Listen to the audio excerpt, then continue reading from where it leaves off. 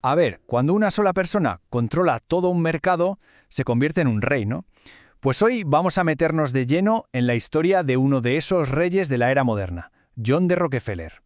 Su nombre, claro, siempre sale en las teorías de la conspiración, pero ¿quién era de verdad? ¿Quién fue el hombre que levantó esa dinastía? Y esa es, en el fondo, la gran pregunta, el gran dilema. ¿Era un genio de los negocios? ¿Un visionario que levantó un imperio desde cero? ¿O era un dictador comercial que, sin más, aplastaba a cualquiera que se le pusiera por delante? Vamos a ver qué dicen los hechos, a ver si podemos separar el mito de la realidad. Esta frase lo resume todo a la perfección. Es que esto no era una competencia normal y corriente de las de a ver quién vende más. No, no. Esto era una guerra total por el poder absoluto. Una ambición tan grande que daba igual si eras un pez pequeño o uno de los gigantes de la industria. Nadie estaba a salvo. Bueno, para entender al personaje, al magnate, hay que irse al principio de todo. ¿Cómo es posible que un chaval nacido en la pobreza más absoluta acabe siendo el hombre más rico de la historia moderna? Fijaos en esta trayectoria. Su historia no es la de alguien que lo tuvo fácil. Nace en una familia de granjeros con un montón de hermanos sin un duro. Tanto que tuvo que dejar el instituto para ponerse a currar. Con 16 años ya era aprendiz de contable. Pero lo increíble, el punto de inflexión, es que con solo 20 años ya está montando su propia empresa. ¡Con 20! Y todo esto, ojo, mucho antes de que el petróleo se cruzara en su camino. Y aquí es donde la historia da un vuelco. Porque Rockefeller no hizo lo que todo el mundo estaba haciendo, que era lanzarse a la locura de buscar y sacar petróleo. Una lotería, vamos. Él no. Él tomó una decisión estratégica, una que lo iba a diferenciar de todos los demás para siempre. Esta comparación es la clave de todo. Pensemos un segundo. ¿Para qué meterse en un juego de azar como es perforar la tierra, arriesgando una fortuna sin saber si vas a encontrar algo? Rockefeller lo vio clarísimo. El negocio de verdad, el dinero seguro, no estaba en encontrar el petróleo, estaba en controlarlo, en coger esa materia prima y convertirla en un producto de valor, en algo que la gente necesitara y en lo que pudiera confiar. Claro, hay que ponerse en la época. La gente usaba aceite de ballena para las lámparas, que era carísimo. El queroseno que salía del petróleo era la alternativa perfecta. El problema, que el queroseno que se vendía era malísimo, muy poco fiable y hasta peligroso, podía explotar. O sea, había un mercado enorme ahí, esperando a que alguien llegara con una solución. Y esa solución, claro, fue Standard Oil. Es que hasta el nombre fue un golpe de genio. Standard. Prometía justo lo que la gente necesitaba. Un producto estándar, fiable, seguro, una calidad constante. Con esa idea, tan simple pero tan potente, Rockefeller no estaba vendiendo solo queroseno, estaba vendiendo tranquilidad. Vale, ya tiene su empresa, su marca de calidad. ¿Y ahora qué? Pues Rockefeller no se puso a competir. No, se puso a dominar. Y para ello empezó una campaña tan brutal y tan sistemática que se ganó un apodo que pasaría a la historia. La rapidez es que es alucinante. En apenas 4 meses barrió del mapa a casi toda su competencia en Cleveland, que era el centro del negocio. Su táctica era simple, pero brutal. Les decía, o me vendéis vuestra refinería a un precio bajo, o bajo mis precios hasta que os arruine. No había más. La elección era esa, unirse a él o desaparecer del mapa. ¿El resultado de todo esto? Pues asombroso. En poquísimos años, Standard Oil controlaba el 90% de todo el mercado del petróleo en Estados Unidos.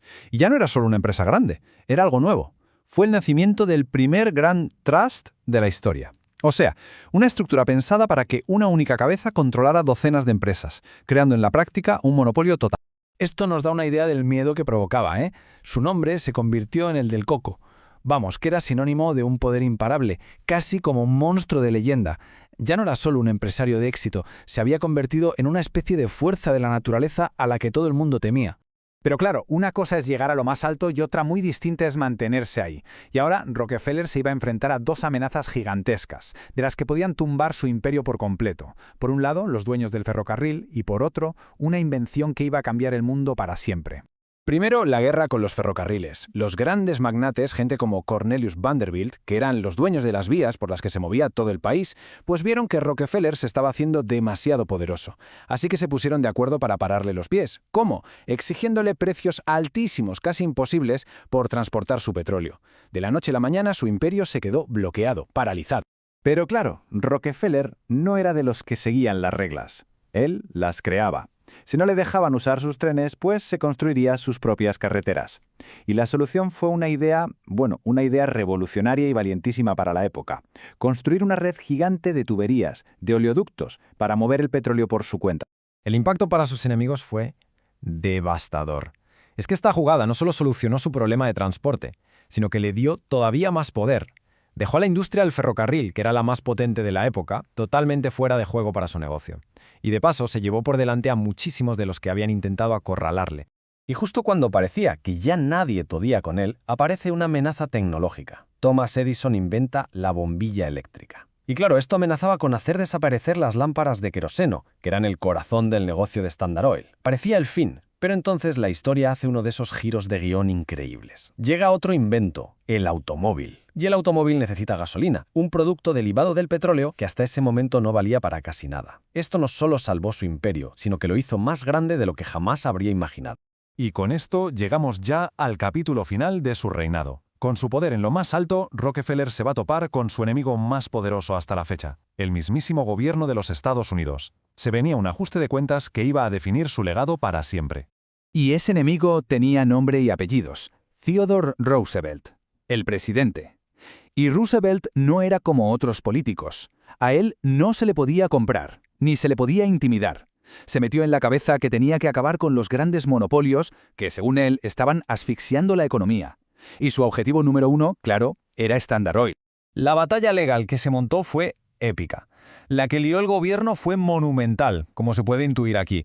No fue un juicio cualquiera, ¿qué va? Fue una investigación masiva, con casi 15.000 páginas de informes y más de 400 testigos declarando contra las prácticas de la compañía.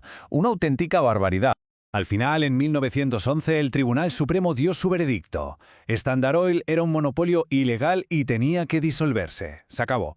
Así que el imperio se partió en 34 empresas distintas. Y lo más curioso de todo es que muchos de esos trozos son los gigantes del petróleo que conocemos hoy en día. Exxon, Chevron, Mobil, toditas nacieron de las cenizas de la gran Standard Oil. Y aquí viene la ironía más grande de toda la historia. El gobierno intentó acabar con su poder económico y consiguió justo lo contrario. Como Rockefeller tenía acciones en cada una de esas 34 nuevas empresas y el valor de esas acciones se duplicó de la noche a la mañana, la jugada le salió redonda. La disolución que debía arruinarle lo convirtió en el hombre más rico de la historia moderna. Increíble. Y aquí vemos la gran dualidad de su figura, las dos caras de la moneda.